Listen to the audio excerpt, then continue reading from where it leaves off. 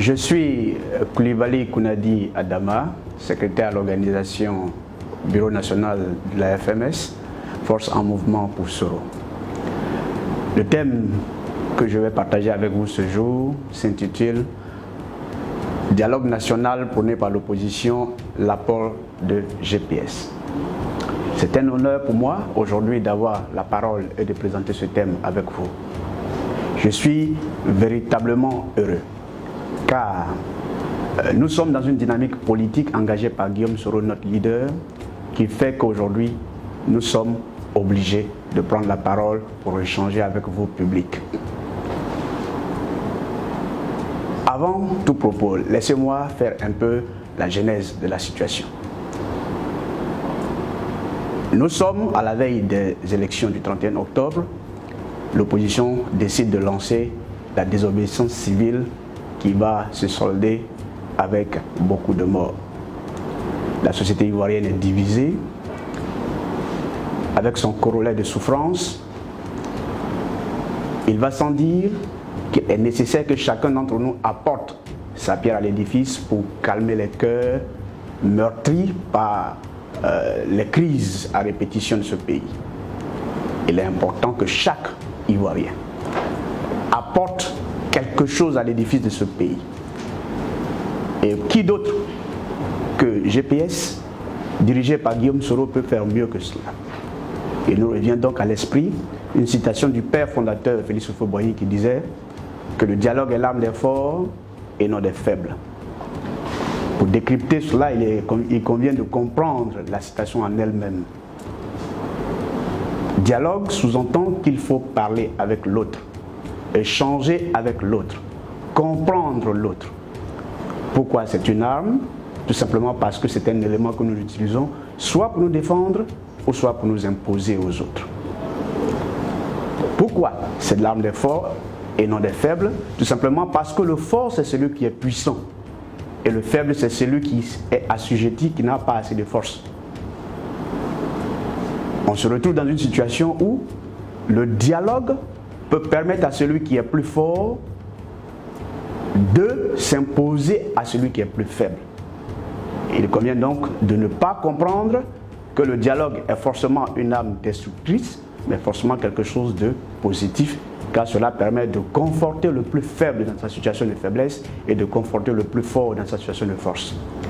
Il est alors important que nous puissions comprendre cet univers lancé par le père fondateur et comprendre que nous nous retrouvons dans une situation énoncée par Hegel à travers sa dialectique du maître et de l'esclave, qui fait que le maître dépend de son esclave et l'esclave dépend du maître, puisque les deux ont le même destin, ils vivent ensemble.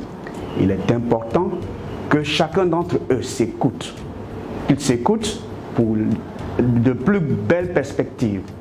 Aujourd'hui, ce que nous allons ébaucher, parlant du dialogue national prôné par l'opposition, est une porte ouverte à la nation ivoirienne pour qu'elle puisse se retrouver, pour qu'elle puisse ensemble parler de la même voix.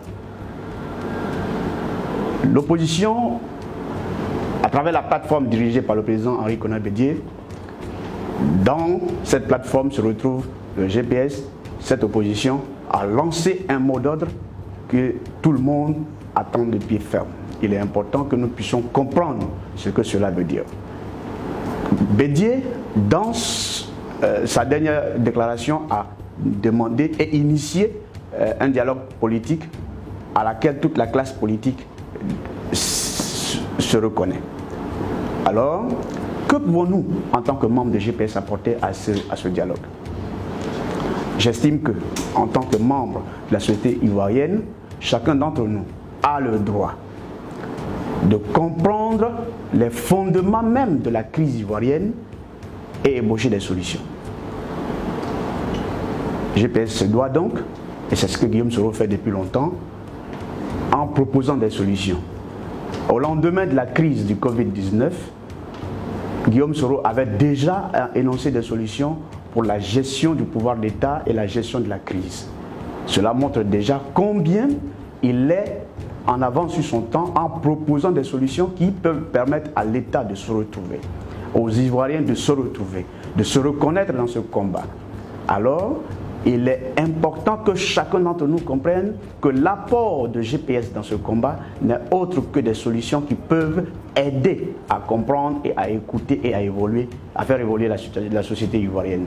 Alors, nous sommes donc à l'écoute, comme le fait le président Guillaume Soro, avec tous les autres membres de l'opposition, à l'écoute de la population pour proposer à l'État de Côte d'Ivoire des solutions idoines qui permettent de sortir de la crise. Il faut, comme le fait GPS, aller à la rencontre des populations, parler aux gens, écouter ces personnes qui souffrent et recueillir leurs souffrances et les faire connaître aux yeux du monde.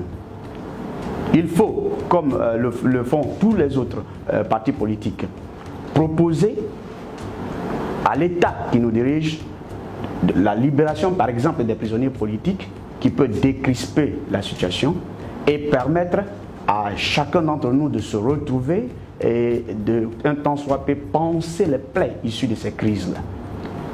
GPS propose que l'État, nos dirigeants, fassent un pas en avant en proposant à la société beaucoup plus que ce que nous voyons, c'est-à-dire le respect des textes que nous nous sommes donnés. Parce que toute cette situation que nous vivons aujourd'hui est issue en grande partie du non-respect des textes fondateurs de la République. Quand on parle de République, ce n'est pas un champ de manioc où chacun fait ce qu'il veut. Il y a des règles, il y a des lois que nous sommes obligés de respecter. Et quand ces lois ne sont pas respectées, il y a des frustrations qui naissent et cela entraîne un corollaire de désagrément. Alors, GPS propose, comme tous les autres partis politiques, l'obligation à nos chefs de respecter ces textes qui sont les lois fondatrices de notre État. Il est important que chacun d'entre nous puisse prendre ce bâton de pèlerin, comme le dit Guillaume Soro, parce qu'il est important que le respect de ces textes-là soit notre leitmotiv pour pouvoir nous propulser vers une réconciliation vraie. Parce que tant que ces textes ne sont pas respectés, tant que nous n'allons pas aller vers ces populations pour savoir de quoi elles souffrent, que tant que nous n'irons pas vers nos compatriotes pour savoir ce qui n'a pas marché, on ne pourra jamais véritablement parler de dialogue réussi. Que chacun prenne son bâton et propose à notre État des solutions qui permettraient de décrisper la situation. Parlons-nous. C'est seulement en se parlant, c'est seulement en dialoguant avec les autres, c'est seulement en écoutant les autres, en prenant en compte les positions des uns et des autres que nous pourrons sortir de cette situation. Il est nécessaire, voire impérieux, de réussir ce dialogue, sinon nous périrons tous ensemble. Merci de m'avoir écouté.